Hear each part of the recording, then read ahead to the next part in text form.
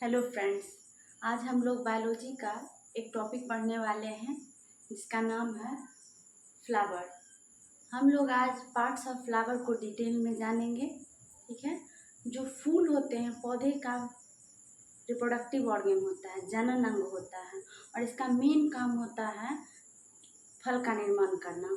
ठीक है। और फूल के जो होते हैं 4 भाग होते हैं। पहला बाह्यतल, जिसको हम इंग्लिश में कैलिक्स कहते हैं। ठीक है।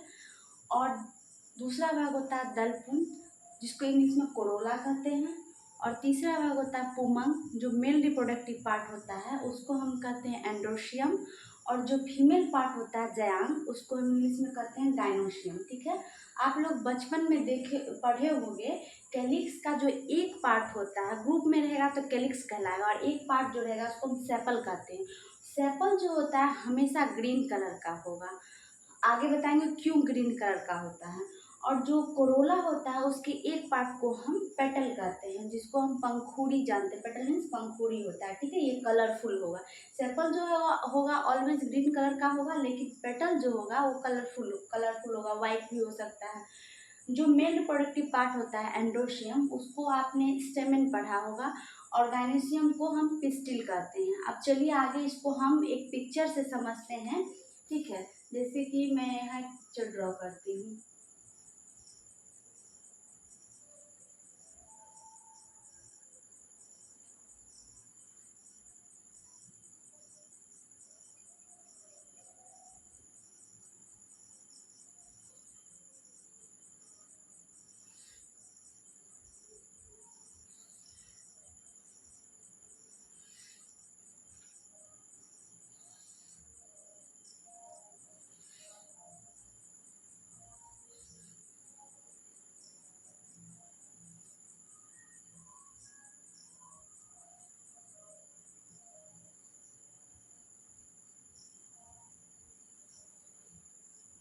चलिए एक फ्लावर का रफ स्केच है।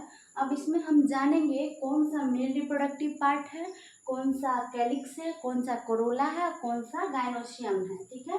सबसे पहले जो ये पार्ट होता है ये ऑलवेज जो होता है ग्रीन कलर का होता है। ठीक है। ये जो पार्ट है ग्रीन कलर का होता है, इसी को हम कैलिक्स कहते हैं। ठीक है। ये बाह्य फूल के नीचे वाला भाग होता है, कैलिक्स इसको हम कहते हैं। ठीक है। और कैलिक्स का जो एक भाग होता है, जैसे ये एक भाग दिख रहा है, जैसे इसमें कैलिक्स 3 दिखेंगे, 1 2 और 3। ठीक है। तो ये जो एक कैलिक्स होता है उसको हम सेपल कहते हैं, लेकिन अगर ग्रुप में बोला जाए तो इस पूरे को हम कैलिक्स कहेंगे। ठीक है। और इसका जब ये देखिए जब ये पंखुड़ी रहता है, ठीक है, जैसे हम ये रोज लेते हैं, ठीक है, रोज का फ्लावर, जब ये बर्ड अवस्था में कली में रहता है तो आप देखोगे ये इसमें कवर में बंद रहता है। ठीक है। इस कवर में बंद रहता है। कैलिक्स में जो बर्ड होते हैं बंद रहते हैं। मेनली इसका काम है प्रोटेक्शन करना। जब फूल कली अवस्था में रहता है तो उसको जो होता है कैलिक्स प्रोटेक्शन देता है, और ये हमेशा जो होगा ग्रीन कलर का होगा। ग्रीन कलर क्यों? क्योंकि जब ये कली रहता है तो इसका मेन काम होता है कैलिक्स का फोटोसिंथेसिस, प्रकाश संश्लेषण करना। ठीक है।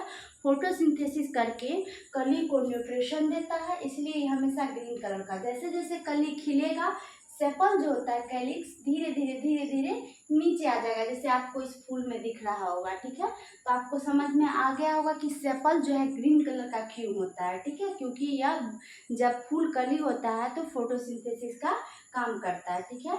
आपको कैलिक्स अच्छे से समझ में आ गया, सेपल और कैलिक्स में डिफरेंस भी पता चल गया होगा। ठीक है। अब बात करते हैं कोरोला की।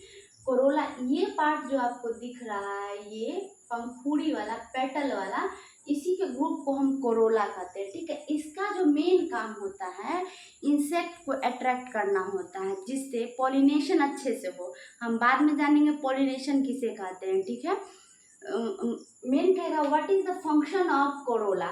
तो कोरोला का मेन फंक्शन होता है to attract the insect for pollination. ठीक है। पॉलिनेशन करने के लिए इंसेक्ट को अट्रैक्ट करना होता है। ठीक है।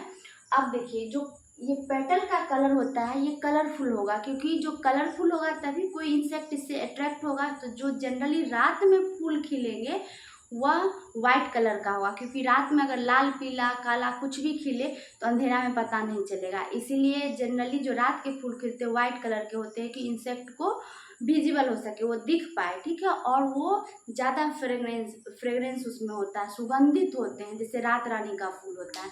इंसेक्ट अगर उसे नहीं देख पा रहे हैं तो उसके सुगंध से अट्रैक्ट होकर उस फूल के पास चले जाए पॉलिनेशन करने के लिए, ठीक है।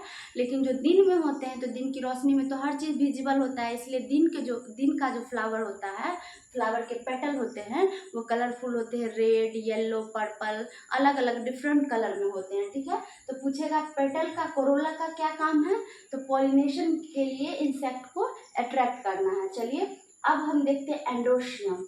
एंड्रोशियम जो होता है ये मेल रिप्रोडक्टिव पार्ट होता है, मेल होता है, ठीक है।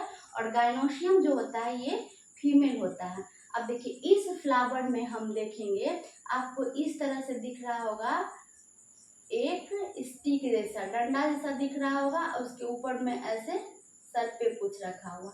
अब देखिए समझते हैं, यहाँ पर ये जो ऐसे करके दिख रहा है, देखिए इसके 3 भाग हैं, ठीक है। 3 भाग क्या है, ये जो डंडा जैसा दिख रहा है उसको हम कहते हैं फिलामेंट। क्या कहते हैं, फिलामेंट कहते हैं, ठीक है। और ये जो दिख रहा है ऊपर में इसको हम कहते हैं एंथर। क्या कहते हैं, एंथर। और एंथर के अंदर दाना दाना जैसा भरा हुआ रहता है, ठीक है। जब एंथर को आप तोड़ के मसल के देखोगे तो दाना दाना जैसा भरा रहेगा, उसी दानेदार को हम कहते हैं पॉलन ग्रेन्स। मेन वही पॉलिनेशन में काम देता है, ठीक है, पॉलन ग्रेन्स। और हमने देखा स्टेमन के 3 पार्ट थे, स्टेमन के 3 पार्ट थे, ठीक है।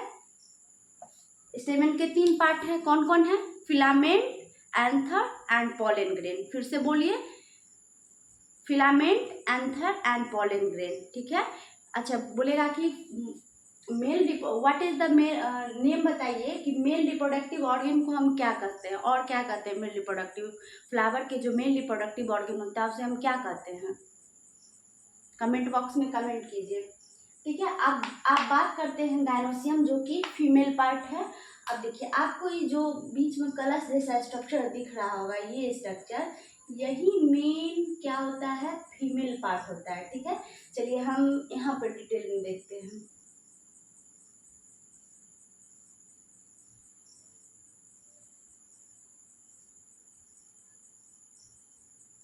देखिए ये जो ऊपर वाला भाग होता है इसको हम कहते हैं स्टिग्मा। क्या कहते हैं, स्टिग्मा, ठीक है।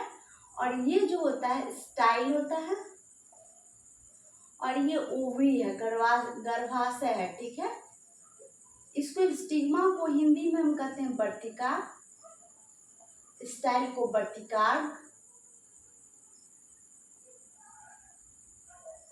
वर्तिकाग्र, और ओवरी को हम कहते हैं अंडाशय, ठीक है। मेन ये जो दानेदार इसमें दिख रहा है, इस ओवरी के अंदर होता है ओव्यूल, ठीक है। यही मेन फ्रूट बनने का काम करता है, यही ओव्यूल होगा। और जैसे ही फर्टिलाइजेशन होगा ये जो होता है ओव्यूल धीरे धीरे बड़ा होकर फ्रूट बन जाता है, ठीक है। आई होप आपको समझ में आया होगा। एक बार चलिए फिर से रिवाइज करते हैं।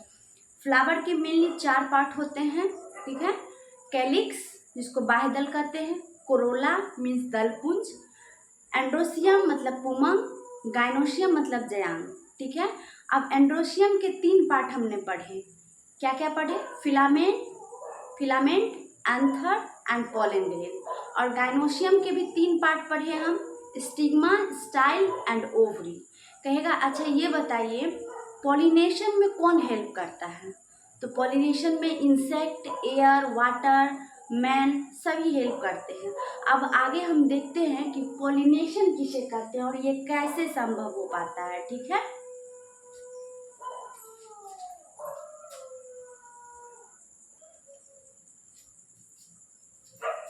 चलिए अब हम लोग जानेंगे पॉलिनेशन क्या किसे कहते हैं, ठीक है।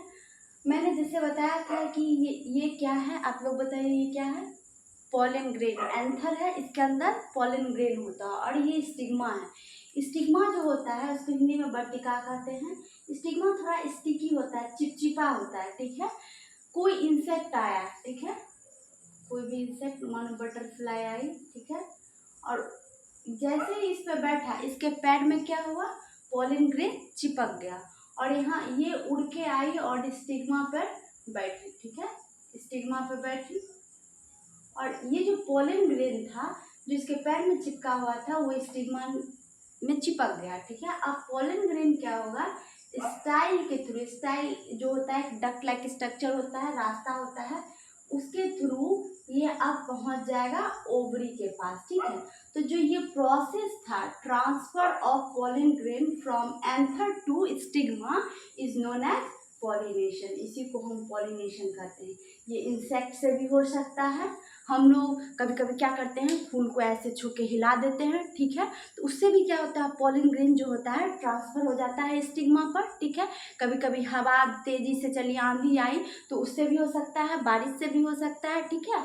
बहुत सारे फैक्टर हैं जो पॉलिनेशन में हेल्प करते हैं, ठीक है। तो मेनली इंसेक्ट करता है और पेटल जो होता है इंसेक्ट को ही अट्रैक्ट करने के लिए कलरफुल होता है, ठीक है। आपको पता चल गया होगा कि जो रात में फूल खिलते हैं वाइट कलर के और ज़्यादा फ्रेग्रेंस वाले सुगंधित क्यों होते हैं, ताकि पॉलिनेशन में हेल्प करे। अगर पॉलिनेशन होगा ही नहीं तो आगे फर्टिलाइजेशन होगा ही नहीं। फर्टिलाइजेशन किसे कहते हैं, तो ये पॉलिनेशन से, चलिए आगे समझेंगे फर्टिलाइजेशन। पहले देखते हैं सेल्फ पॉलिनेशन। अब देखिए एक फूल में मेल पार्ट और फीमेल पार्ट दोनों होते हैं, ठीक है। अब ये इंसेक्ट क्या किया, इसी के मेल पार्ट एंथर पे बैठा और इसी के पोलन ग्रेन को ट्रांसफर कर दिया इसी के स्टिग्मा पर, तो ये हो गया सेल्फ पॉलिनेशन, ठीक है। ये उतना अच्छा नहीं माना जाता है, ठीक है। जो भी बीमारी हुआ एक तरह से जो पौधे में भी होते हैं रोग, वो उसी तरह के रह जाएंगे, ठीक है। तो ये सेल्फ पॉलिनेशन अच्छा नहीं माना जाता है, ठीक है, लेकिन होता है। अब क्रॉस पॉलिनेशन में क्या हुआ कि ये जो बटरफ्लाई, एक बटरफ्लाई आई, ठीक है, और इसके एंथर पे बैठी, ठीक है, और इसके पैर में जो पोलन ग्रेन ये उड़ते हुए आई और इसके स्टिग्मा पर क्या की, छोड़ दी इसके पोलन ग्रेन को। तो ये देखो फ्लावर नंबर 1 का एंथर था और स्टिग्मा क्या था, फ्लावर नंबर 2 का। तो इसी को हम कहते हैं क्रॉस पॉलिनेशन, ठीक है। क्रॉस पॉलिनेशन बहुत अच्छा माना जाता है। इसमें जो क्रॉस पॉलिनेशन है इसमें बहुत सारे चीज़ अलग हो जाते हैं। मानिए इसमें अगर पेटल्स अच्छे हैं तो इसका फ्रूट अच्छा है, तो दोनों मिक्स कंबाइन बहुत अच्छा हो जाएगा सब चीज़, ठीक है। सेल्फ पॉलिनेशन से बेटर क्रॉस पॉलिनेशन माना जाता है। क्रॉस पॉलिनेशन समझ, सेल्फ पॉलिनेशन में हुआ कि उसी का पोलन ग्रेन उसी के स्टिग्मा पे गिरा तो उसको सेल्फ पॉलिनेशन कहते हैं, और दूसरे का एंथर जो पोलन ग्रेन था दूसरे अदर फूल के स्टिग्मा पे गिरा तो उसको हम क्रॉस पॉलिनेशन कहते हैं। कहेगा what is pollination, the transfer of pollen grains from anther to stigma is known as pollination, ठीक है। देखा कौन अच्छा होता है, सेल्फ पॉलिनेशन या क्रॉस पॉलिनेशन, तो क्रॉस पॉलिनेशन अच्छा होता है, ठीक है। आपको पॉलिनेशन समझ में आ गया होगा। अब पॉलिनेशन का ही नेक्स्ट स्टेप होता है फर्टिलाइजेशन, ठीक है। फर्टिलाइजेशन, अब देखो फर्टिलाइजेशन किसे कहते हैं, फर्टिलाइजेशन, फर्टिलाइजेशन क्या होता है, कुछ नहीं होता है, यहाँ से जो पोलन ग्रेन गया यहाँ स्टाइल के थ्रू होते हुए यहाँ ओव्यूल में जाके क्या होता है, फ्यूजन हो जाता है। Fusion of pollen grain to ovule is known as fertilisation, ठीक है। किसका फ्यूजन, किसका किसका फ्यूजन हो जाता है, fusion of pollen grains and ovule, ठीक है। दोनों का हो जाएगा और जायगोट का निर्माण हो जाएगा, ठीक है, यहीं से। और जैसे ही यहाँ पर फर्टिलाइजेशन कहेगा, अच्छा फर्टिलाइजेशन, अच्छा ये बताइए पॉलिनेशन कहाँ होता है, कहेगा फ्लावर के किस पार्ट पे पॉलिनेशन होता है, तो स्टिग्मा पे पॉलिनेशन हो रहा था, ठीक है, लेकिन पूछेगा फर्टिलाइजेशन कहाँ होता है, तो जो फर्टिलाइजेशन होता है ओवरी में होता है, ठीक है। अब ये यही ओवरी जो होता है धीरे धीरे करके बड़ा होने लगेगा, फ्रूट बनने लगेगा, और अब पेटल का कोई काम है, कोई काम नहीं है, कोई इंसेक्ट को अट्रैक्ट नहीं करना, तो धीरे धीरे पेटल जो होते हैं फूल के पंखुड़ी जो होते हैं धीरे धीरे सूख के नीचे गिर जाते हैं और फल जो होता है बड़ा हो जाता है। तो यही तो था फूल का मेन काम, क्या था, फल बनाना, और फल बना लिया, ठीक है। तो आई होप आपको पॉलिनेशन, फर्टिलाइजेशन और जो पार्ट्स ऑफ फ्लावर है अच्छे से समझ में आया होगा, ठीक है। अब हम आगे नेक्स्ट क्लास में देखेंगे फ्रूट, ठीक है, कि फल से फ्रूट बना, तो अब फ्रूट के पार्ट्स ऑफ फ्रूट देखेंगे, ठीक है। Thank you.